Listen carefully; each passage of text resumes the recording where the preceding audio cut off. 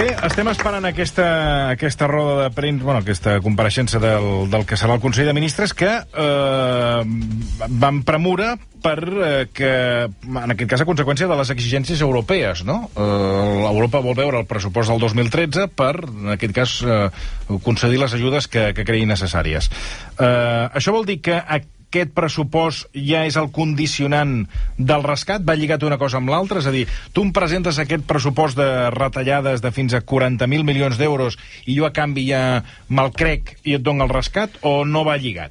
A veure, d'entrada, el que ha de quedar molt clar és que estem parlant de dos rescats. Sí, un és el que la gent es refereix com el rescat, sí. És el famós fins a 100.000 milions de la banca. Sí. Sí, però és que hi ha un altre segon rescat que s'està començant a parlar, sí, que és rescat de deute pública. És a dir, que el MEDE, el Fons de Rescat Europeu, comprarà deute al mercat primari i el Banc Central Europeu comprarà deute al mercat secundari per reduir el volum de deute i que la prima de risc pugui baixar.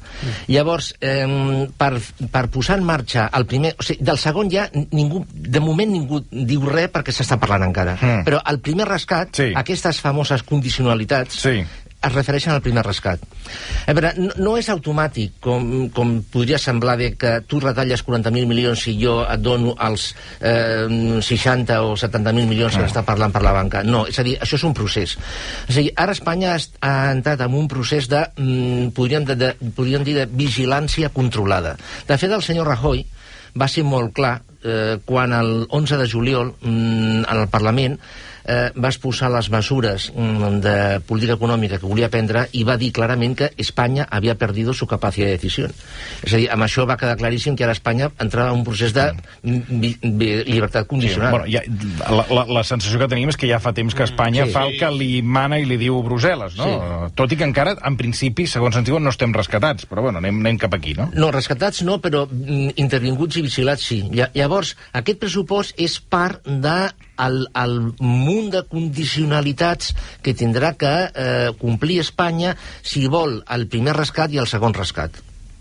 És a dir que... Però el primer rescat es donava per fet. A Europa es donava per fet. El que passa que els diners no han arribat. Bueno, no han arribat perquè hi ha 3 països, si no recordo malament, entre ells Alemanya, Holanda i Finlàndia, que han dit que això ha d'anar a càrrec del deute públic de l'estat espanyol i no un crèdit directe a la banca. Exacte. Això canvia molt? Moltíssim. Això és fonamental. Perquè això, el que volia Espanya, i evidentment Itàlia i Portugal, etc., podia obrir la porta a allò que deien la mutualització de la deuda. És a dir, que d'alguna manera podia ser un primer pas perquè al final el deute de tots els països europeus, membres de l'euro, pogués ser responsable a tota Europa d'aquesta deute.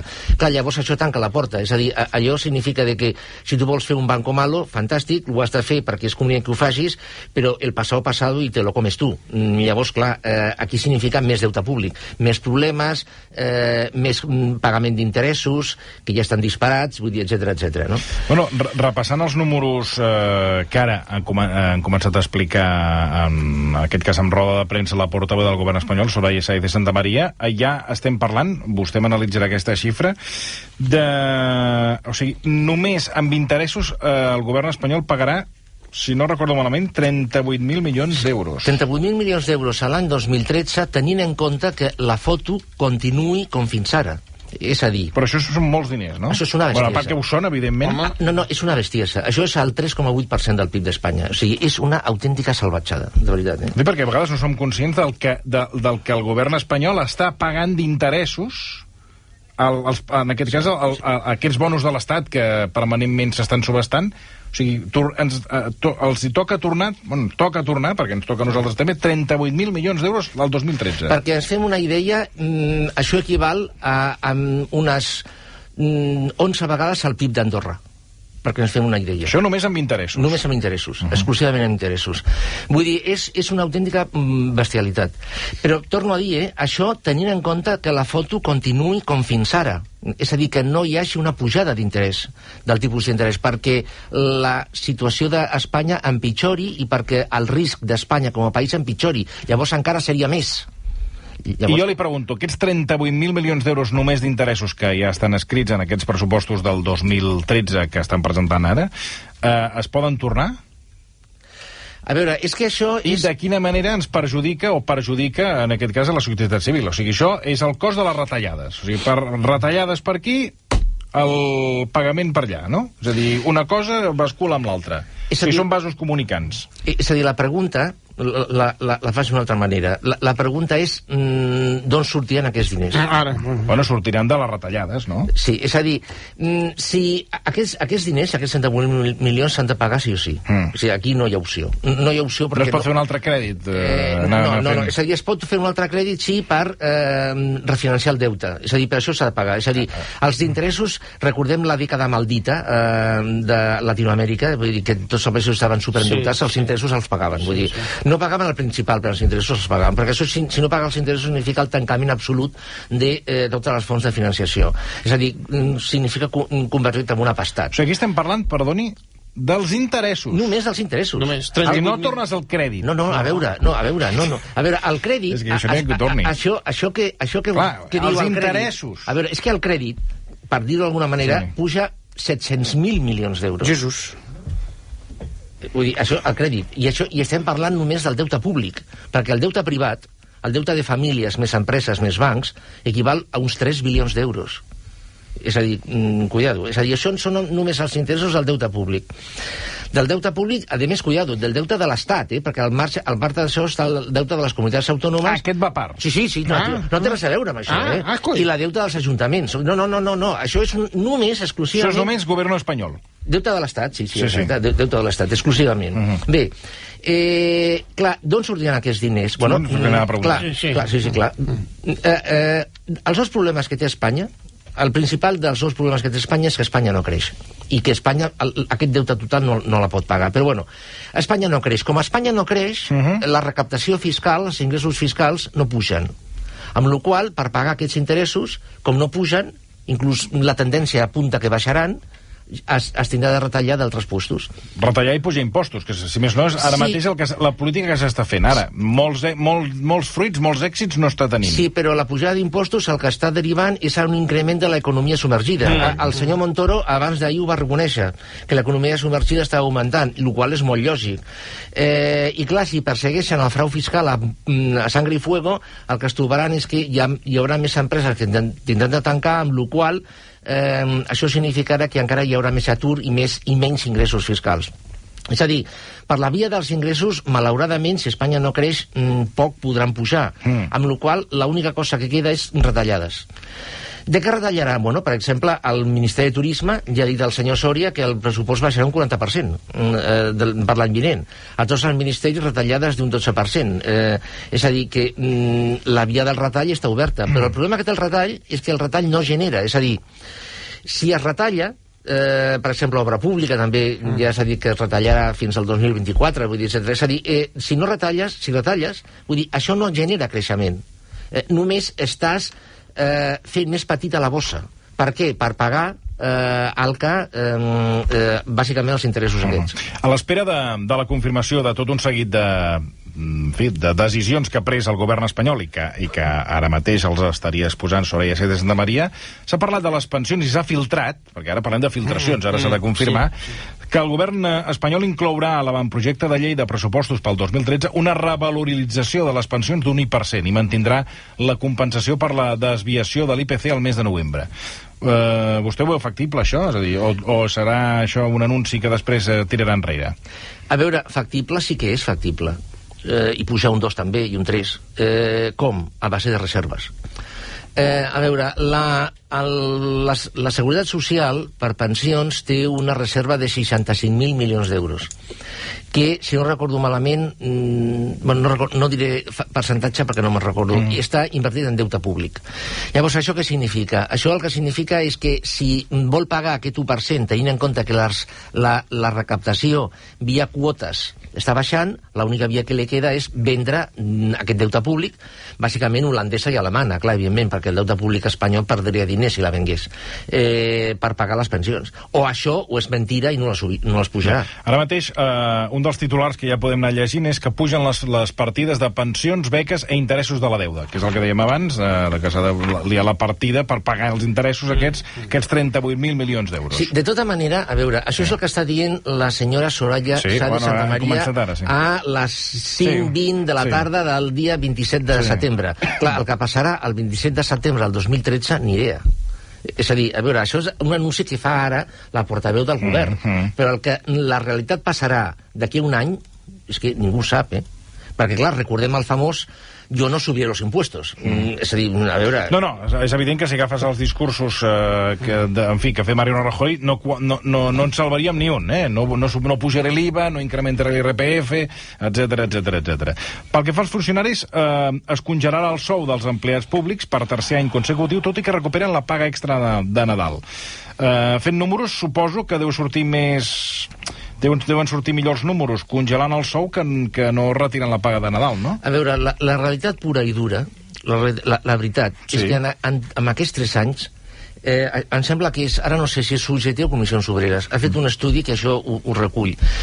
L'empleat públic ha perdut de mitja, tenint en compte retallades, congelacions i reducció de dies de lliure disposició, ha perdut al voltant d'un 25%. Aquesta és la realitat. Un 25% ha perdut. A dia de la data. Sense tenir en compte aquesta nova congelació. Sumant-ho tot, el 25%. Sí. Tenint en compte festes, tenint en compte retallades, congelacions, etc. De mitja, clar, hi haurà uns que hauran perdut més i altres menys. Clar, l'empleat públic, vull dir, és carne de canyón. Perquè, a més... l'empleat privat ja ni carni. Però amb una agravant, però és que amb una agravant. És a dir, l'empleat públic, segons la llei, almenys fins ara, no se li pot acomiadar perquè no paga atur. És a dir, no està contemplat. Llavors, ha d'acceptar qualsevol cosa que li vingui a sobre. Per què? Per aquesta via, clar. Més coses que es van desgranant en aquesta... Roda de premsa. Es posa en marxa una autoritat fiscal independent per anticipar les desviacions que hi pugui haver dels pressupostos. Sí, això és una cosa que... Això no és un invent espanyol, Això és un tema que ja es va parlar... Ja es veu. Sí, el nom ja t'ho diu. Esto viene de Alemanya. Amb una cimera europea... Autoritat fiscal independent. Sí, amb una cimera europea, fa un any, ja es va apuntar la possibilitat de que això es posés en marxa. A veure, resumint què és això. En una empresa, el control de qualitat no depèn del director de producció, lògicament. De qui depèn? Bueno, doncs del gerent o del director general, etc. És a dir, el control de qualitat reporta directament al jefe más jefe. Molt bé. Aquesta oficina, la seva tasca seria ser el policia que fiscalitzaria a tots els ministeris i reportaria directament o al president o a una autoritat europea que li demanés comptes. És a dir, inclús podria ser això. És a dir, és tenir d'alguna forma... Algú que et controli. Exactament. Bueno, ara falta que el que et controli, que en el seu dia ho havia de fer el Banc d'Espanya, et controli d'una manera real. Correcte. No que sigui una pantomima, com ha estat el que ha estat fent el Banc d'Espanya, que s'ho ha anat mirant, s'ha anat fotent la bombella immobiliària, i aquí els diferents... en aquest cas... Estaments. Membres o persones, o en aquest cas governadors del Banc d'Espanya, doncs han anat de rosites i no ha passat res. Perquè tothom estava conxutxat aquí. Vull dir, jo sincerament... Ha de ser molt independent, aquest organisme. Sí, jo sincerament, parlant del Banc d'Espanya, voldria trencar una llança en favor del Banc d'Espanya. Sí, sincerament, sí. És a dir, jo no m'ho crec, em sembla que ja vam parlar això un dia. Jo no em crec, que el Servei d'Estudis del Banc d'Espanya, que està reconegut com un dels millors serveis d'estudis d'Europa, no veiés el que estava arribant. Una altra cosa és que li diguessin això t'olvides. Bueno, i aleshores de què serveix? Bueno, però a veure, hi ha per damunt... Això és com si jo tinc un metge i em diu, escolta, nen, escolti, senyor Clapés, vostè oblidis de menjar, no sé, pasta. I jo em segueixo fotent la pasta. I si m'ho torna a dir, li diré, escolta, a mi no m'interessa.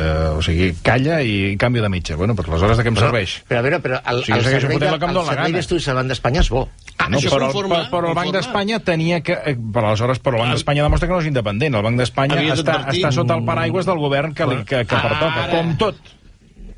Clar, no és independent. Aquest és el problema. Escolta, mentre esperem, anem desgranant aquesta roda de premsa. Deixi'm dir que demà és el dia en què hem de conèixer els resultats de les auditories de la banca. Ja no sé, perquè anem entre els 3 estrès, el superestrès i el supertest. Ara arriba aquesta, que diuen que aquesta sí que és la definitiva.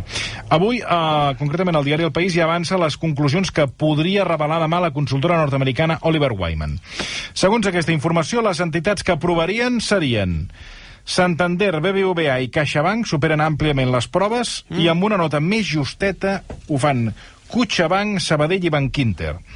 Entre les que suspenen hi hauria el Banc Popular, que necessitaria més de 2.100 milions d'euros i tampoc compleixen els requisits Bankia, Catalunya Caixa, Nova Caixa Galícia, Unicaja CEIS, Banc Mare Nostrum, Ibercaja ni Liberbank. Li quadren aquests càlculs que té vostè amb el que demà publicarà aquesta consultora nord-americana? Bueno, a veure, d'entrada, la primera cosa que s'ha de posar sobre la taula és si la gent es creurà això, perquè recordem que aquesta serà la quarta auditoria. Per això li deia jo, que en portem unes quantes. Un dels temes que ara està sobre la taula a Europa és que les xifres que donguin, que necessita la banca espanyola, han de ser elevades. És a dir, d'alguna forma ha de sortir sí o sí 60.000 milions d'euros, perquè sigui creïble. Al voltant dels 60.000 milions d'euros, perquè si és menys, llavors no s'ho creuran. Llavors això tindrà conseqüències. Llavors, el problema, és a dir, suposant que aquests números són reals, aquests números són els bons, suposant que aquests números... Ara, teòricament, aquesta és la definitiva, no sé, suposant que sí. Bueno, ara, amb les que suspenen, què passarà? Les que aproven ja han aprovat. Escolta, n'hi ha un grapat, eh? Sí, ja. A veure, què passarà? Li diran, per exemple, al BBVA, oye, te quedas Novo Caixa Galicia. Però una altra andròmina d'aquestes s'ha de quedar aquests bancs? No ho sé, però... Perquè, clar, a la CaixaBank ja li van fer quedar... Caixa Girona? No, bueno, Caixa Girona ara se la va quedar, però després fa poc, Banca Cívica, Banca Cívica, i ara, per exemple, per reduir el cost, per exemple, CaixaBank, hi ha alguns crèdits, algunes pòlisses de crèdit que no renova a gent solvent. Bueno, correcte, però és a dir... Aleshores que ara els has de col·locar un altre banc que sigui una altra andròmina. El moment zero és ara. És a dir, jo torno a dir, ara amb les que suspenen, què passarà? Perquè clar, a les que suspenen ni sa mare s'hi deixarà un duro, evidentment. Doncs que formin el banc dolent amb aquestes. Bueno, una teoria era que Bankia fos el banc dolent. I això ja es parlava d'això. Bueno, però en qualsevol cas, aquestes entitats pues, no són solvents, evidentment. Llavors han de ser reestructurades. Aquesta reestructuració, qui la fa? Un altre banc i l'absorbeix? O bé la fa l'Estat... Professor, això és el que anava a preguntar. Aquestes entitats no aniran a parar totes al banc dolent o no? O això no és el banc dolent? No, però no, el banc dolent el que és un recollidor d'actius dolents. Les que aproven també tenen actius dolents. M'explico? És a dir, el que passa és que, així com les dolentes, les que suspenen, automàticament els seus actius dolents han d'anar al banc dolent, les que aproven, això és lliure. Bueno, i depèn d'una sèrie de coses. Bueno, però jo torno a dir, amb les que suspenen, aquestes entitats no són solvents. Què passarà amb elles? Perquè, clar, una via seria que foren absorbides per les que han aprovat, no? Home, però aleshores aquestes bones quedaran... Però aquí està. Llavors, si per exemple, el Banco de Santander li diuen t'has de quedar amb Nova Caixa Galícia, el Banc de Santander dirà quiero cosas. Clar, evidentment. Igual que va fer el Sabadell amb la CAM, que va demanar 5.600 milions d'euros, no? Llavors, sigui com sigui, això acabarà costant diners a la gent. Aquí volia arribar. Aquí. Llavors, el senyor de Guindos va fer, quan aquesta mateixa pregunta li van fer, bueno, però senyor de Guindos, la reestructuració del sistema bancari costarà diners a la gent. Va dir no. No, exacte. Perquè amb els actius que n'hi ha al Banco Malo, com resulta que d'aquí a uns anys tornaran una altra vegada a recuperar-se l'activitat econòmica, el banc dolent podrà vendre aquests actius i a sobre guanyarem diners. I vostè s'ho creu? No, No, evidentment no. Home, clar. Evidentment no. Això és el conte de la lletera. Sí, exacte. Està la cosa ben liada. Parlem un moment de Catalunya. Ara anirem a les eleccions. Què passa ara? Bueno, em fa gràcia que s'aprova un pla per incentivar la compra de vehicles més ecològics. Bueno, això està bé. No sé d'on traurem els quartos, però bé. Deixi'm anar... És que, un moment, és molt curiós perquè, per exemple, si no hi ha crèdits, no es venen cotxes. Vull dir, és que el 80% dels cotxes es venen a crèdit. Si no hi ha crèdits, no es venen cotxes, ni ecològics ni no ecològics.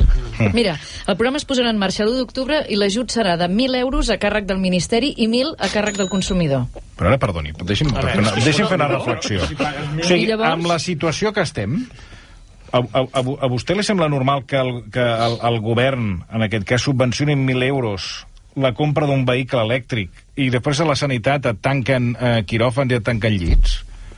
Escolti, això no es pot finançar. A veure, és que jo no me'n recordo, igual vostès se'n recorden. Quan el govern Zapatero, quants milions li va donar a Renault per al famós vehicle elèctric? 230 milions? Ara ho buscarem. Una bestialitat. Bueno, quants cotxes elèctrics ha estat fabricant Renault? Vull dir, és que... A veure... Li anava a preguntar, deixi'm passar un moment per Catalunya, perquè tot això estem en un debat de política general, a banda de si hi haurà dret a l'autodeterminació o no, és a dir, que això s'ha de votar, jo li pregunto, un cop passades les eleccions, ara li demano que ens situem després de les eleccions. Independentment del resultat que tinguin les eleccions, econòmicament, Catalunya continuarà estant igual, no? Bueno, a veure, és que... Perquè ara han demanat aquesta ajuda de 5.000 milions d'euros, perquè no tenim un duro, i aleshores, ara, això és per cobrir els pagaments del 2012, però després, evidentment, venen més... Part. Encara m'ho posa millor. Part dels pagaments del 2012. Però després, evidentment, ve el 2013. Aleshores, jo li pregunto, surti qui surti, fins que no es proclami la independència, segons dies es proclama, aquí continuarem igual. O pitjor. A veure, jo penso... Perquè això ningú en parla. O sigui, ara aquí tothom està focalitzant en la bandera, l'estelada, el referèndum, però econòmicament, el 2013, jo li pregunto, a Catalunya, què ens espera? Perquè això sembla que és un tema que ara, ha quedat aquí amagat, ningú en parla, i estem ja amb l'aigua al coll amb aquest crèdit de 5.000 milions que vostè diu que és una part. Sí. A veure, els mateixos plans econòmics que va fer la Generalitat de Catalunya per l'any 2012 i 2013 apunta a un creixement negatiu, si no recordo mal, d'un menys 1,8% aquest any a Catalunya i d'un menys 1,2% al 2013. Per tant, l'any que ve, en principi, milloraria. No, al contrari, empitjoraria. Creixement econòmic. És a dir, un creixement... clar, negatiu. Home, sí, menys negatiu que aquest any. Sí. 1,8, 1,2. Sí, bueno, ja, però... He estat optimista en aquest cas. Sí, home, és estrany. Llavors, en termes econòmics, Catalunya continuarà estant malament, perquè, a més, el dèficit fiscal interregional continuarà passant com una llosa a sobre. Per això jo el que penso és que, sota el punt de vista, aquesta línia que s'ha escollit d'anar per al tema polític, d'enfocar per al tema polític, jo crec que és un error i tindria d'anar-se exclusivament per la banda econòmica. Bueno, ja s'hi està anant per la banda econòmica. Jo crec que la banda econòmica és el que ha mobilitzat, en aquest cas, aquest moviment al voltant del país. Sí, però es parla poc de números. Aquí es parla molt, a Espanya no es parla gens. Bueno, correcte, però es parla molt poc de números, i jo penso que l'accent es tindria de posar en el tema números, i en l'altre, deixar-ho per després.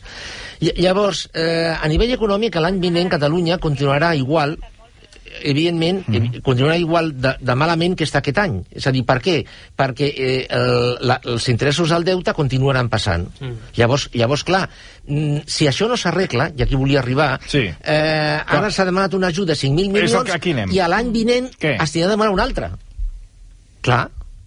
És a dir, creixement negatiu,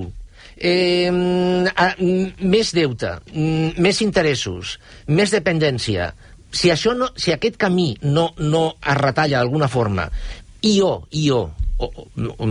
ojalà fos Catalunya no creix, clar, evidentment, Catalunya està abocada a demanar un altre ajut, un altre rescat, una altra història. Clar, és que no hi ha més. I cuidado, independentment de guanyi qui guanyi, No, aquest és el diagnòstic real de partir de només del 25 de novembre, sinó ja cara al 2013, no? Vull dir que això és així. Any 2009 estàvem parlant de 500 milions d'euros. 500 milions. 590, tinc anotat aquí. Zapatero va invertir 590 milions d'euros en impulsar el cotxe elèctric. Bueno, és que, a veure... És que, torno a dir, vull dir... Abans vostè, perdoni, em parlava, abans d'entrar en antena, d'una altra, que ho recordo, la Ciutat de la Cultura, on és allò? La Galícia. Jo vaig veure amb el Jordi Évole i vaig quedar parat. Vaig quedar al·lucinat de perquè aquí no es parla de... Se n'ha parlat poc d'aquesta Ciutat de la Cultura, que és una obra faraònica. I no està completa, No està acabada. Està a la colina de Santiago. Bueno, és que la van parar, perquè no hi havia més calés. Van anar a buscar un arquitecte, diria que era novaiorquès, també de renom, i els va costar el pressupost de 400 o 500 milions d'euros. Està al voltant, està ja ficat allà al voltant de 400 milions d'euros, tenint en compte que Galícia és una comunitat que rep diners de Balears, Madrid i Catalunya, és a dir, perquè té un superàvit fiscal del 8%.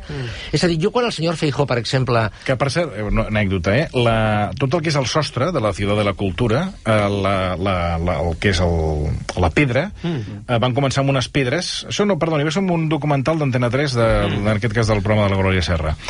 No era de l'Évole, en aquest cas, ara ho recordo perfectament. I el marbre, la pedra que s'hi posava, era d'unes pedreres d'allà a la vora, de Galícia, no el Valle d'Idón, però de Galícia. Però es va acabar la pedra. Aquesta pedra va haver un moment que es va acabar les existències i necessitaven moltes més pedres més. I llavors van anar a buscar una que fos igual i la van anar a buscar al Brasil. Per tant, es multiplicava per, no recordo quina quantitat, ja ho podeu pensar que era una barbaritat, portar la pedra que havia d'anar al sostre d'aquesta Ciutat de la Cultura a Santiago de Compostela des del Brasil. No hi ha més pedreres a Espanya. No, havia de ser del mateix tipus. Per això, quan el senyor Feijóo, el president de Galícia, va parlar de la unitat d'Espanya i va parlar de Catalunya, jo el que li hagués contestat a aquest senyor, el senyor Feijóo, li hagués contestat, si us plau, em pot dir què estan fent vostès amb la Ciutat de la Cultura? I això no li va dir ningú. És a dir, números. Això és objectiu. A la Ciutat de la Cultura no estan fent res perquè no tenen ni diners ni per mantenir-la. La realitat és que és cert, sortint aquest reportatge que estava tancada la Ciutat de la meitat, i el que estava obert era esperpèntic, perquè havia de ser una gran biblioteca i no hi havia calés ni per fotre llibres. Vull dir, aquesta és la realitat. És a dir, que és així, és que ho recordo perfectament d'aquest reportatge. I quan el senyor, no recordo el nom, el senyor López, em sembla que es diu, el president d'Extremadura, diu que Catalunya és insolidària, se li tenia de dir, senyor, no recordo com es diu, per què en relació a la població Extremadura té 3 vegades més funcionaris que Catalunya? Perquè no és a dir, números, dades objectives, i això no surt, això no els diu. Per què? Per què? Perquè no agrada. Miri, hem parlat de dos programes. Un, em sembla que és Equipo d'Investigació, de la Glòria Serra. Em consta que, segons quin tipus de reportatges, hi ha algunes certes queixes, perquè, clar, esteu ensenyant coses que no s'han d'ensenyar. I pel que fa a Extremadura, des que va fer el programa Jordi Évole, amb tot allò dels funcionaris, les audiències a Extremadura no li van d'allò més bé. Vull dir que això, quan veus coses que no t'agraden, doncs passa el que passa. Com es deia, l'arquitecte? Per cert, l'arquitecte era el que estava encapçalant Eisenman Architects, que es diu Peter Eisenman, és un home dels Estats Units, membre del grup Five Architects de Nova York. Senzillet, una cosa senzilleta. Baratet. José Antonio Monago es diu el president. D'Extremadura. Sí. Bé, deixem anar a Madrid. Tenim a Jordi Diamanté seguint aquesta roda de premsa del govern espanyol, de Soraya Sánchez de María. Jordi, bona tarda. Hola, bona tarda de nou. Podem algun titular, alguna cosa a destacar abans de tancar aquesta conversa que estem mantenint amb Santiago Niño Becerra? De moment encara no tenim les sorpreses, perquè de fet Cristóbal Montoro ja fa 3 minuts que comença a explicar quins seran els ajustos, però no hi arriba. Està contextualitzant el moment econòmic que viu l'estat espanyol, quin és l'objectiu d'estabilitat, quina és la situació de l'economia i el que es preveu per l'any que ve. Ho sabem perfectament, un decreixement de l'economia, segons el govern espanyol, del 0,5%, hi haurà més destrucció de l'atur, el dèficit es vol arribar al 4,5%. Cristóbal Montoro s'està esmerçant a dir que de la mateixa manera com es retalla també s'incrementaran alguns impostos, però no ens diu encara quins. Bueno, doncs seguirem esperant. Han comparegut finalment Cristóbal Montoro, Luis de Guindos i Soraya Sánchez de María, no? Sí, tots tres. Molt bé, Jordi, moltíssimes gràcies. Professor, moltíssimes gràcies. Ho deixarem aquí, esperant... I sempre s'ha de llegir el Boletín Oficial de l'Estado, que és on van les sorpreses encriptades, Recordo, cada Consell de Ministres dels divendres, el dissabte, que és quan es repassa el que publica el Boletín Oficial de l'Estado, sempre hi ha sorpreses, Vull dir que sí, perquè en aquestes rodes de premsa no surt tot. Clar. Des del moment que ha entrat vostè, la borsa estava 0,40 positiu. Ara serà per culpa d'ell. Per l'hora. Una mica sí. No, per l'hora, ho dic, per l'hora. Ho dic per anar desgranant pels minuts. Estava un 0,40% que pujava, 0,20, 0,10, 0,17, i ara baixa un 0,17. Sí, la borsa... Ja ha fet l'anàlisi des que vostè està al programa, ha vist? Sí, la borsa malauradament no indica res, ara ja la borsa no indica absolutament res. Professor, molt amable. Molt bé, gràcies. Santiago Niño de Terra, fem una pausa, anirem al Parlament d'aquí. Santiago Niño de Terra, fem una pausa, anirem al Parlament d'aquí. Santiago Niño de Terra. 1.000 milions, si jo et dono els 60 o 70.000 milions que està parlant per la banca. No, és a dir, això és un procés. És a dir, ara Espanya ha entrat en un procés de, podríem dir, de vigilància controlada. De fet, el senyor Rajoy va ser molt clar quan el 11 de juliol en el Parlament va exposar les mesures de política econòmica que volia prendre i va dir clarament que Espanya havia perdut su capacitat de decisió. És a dir, amb això va quedar claríssim que ara Espanya entrava en un procés de llibertat condicionada. La sensació que tenim és que ja fa temps que Espanya fa el que li mana i li diu Brussel·les, no? Tot i que encara, en principi, segons ens diuen, no estem rescatats, però bueno, anem cap aquí, no? No, rescatats no, però intervinguts i vigilats sí. Llavors, aquest pressupost és part del munt de condicionalitats que tindrà que complir Espanya si vol el primer rescat i el segon rescat. És a dir que... Però el primer rescat es donava per fet. A Europa es donava per fet. El que passa que els diners no han arribat. Bueno, no han arribat perquè hi ha 3 països, si no recordo malament, entre ells Alemanya, Holanda i Finlàndia, que han dit que això ha d'anar a càrrec del deute públic de l'estat espanyol i no un crèdit directe a la banca. Exacte. Això canvia molt? Moltíssim. Això és fonamental. Perquè això, el que volia Espanya, i evidentment Itàlia i Portugal, etc., podia obrir la porta a allò que deien la mutualització de la deuda.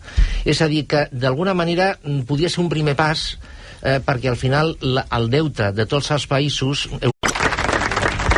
Bé, estem esperant aquesta roda de premsa, bueno, aquesta compareixença del que serà el Consell de Ministres, que van premure que, en aquest cas, a conseqüència de les exigències europees, no? Europa vol veure el pressupost del 2013 per, en aquest cas, concedir les ajudes que cregui necessàries. Això vol dir que aquest pressupost ja és el condicionant del rescat? Va lligat una cosa amb l'altra? És a dir, tu em presentes aquest pressupost de retallades de fins a 40.000 milions d'euros i jo a canvi ja me'l crec i et dono el rescat, o no va lligat? A veure, d'entrada, el que ha de quedar molt clar és que estem parlant de 2 rescats.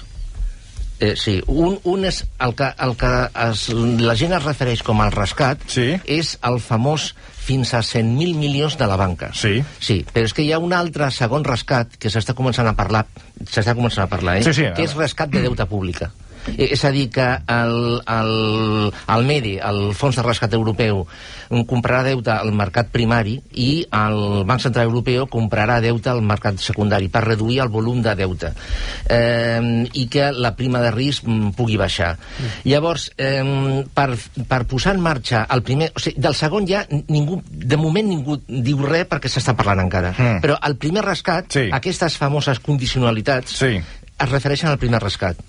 A veure, no és automàtic, com podria semblar que tu retalles 40.000 europeus, membres de l'euro, pogués ser responsable a tota Europa d'aquesta deuta. Clar, llavors això tanca la porta. És a dir, allò significa que si tu vols fer un banco malo, fantàstic, ho has de fer perquè és convenient que ho facis, però el pasado i te lo comes tu. Llavors, clar, aquí significa més deute públic, més problemes, més pagament d'interessos, que ja estan disparats, vull dir, etcètera, no? Bueno, repassant els números que ara han començat a explicar, en aquest cas amb roda de premsa, la portaveu del govern espanyol, Soraya Sáenz de Santamaría, ja estem parlant, vostè m'analitzarà aquesta xifra, o sigui, només amb interessos el govern espanyol pagarà, si no recordo malament, 38.000 milions d'euros. 38.000 milions d'euros a l'any 2013, tenint en compte que la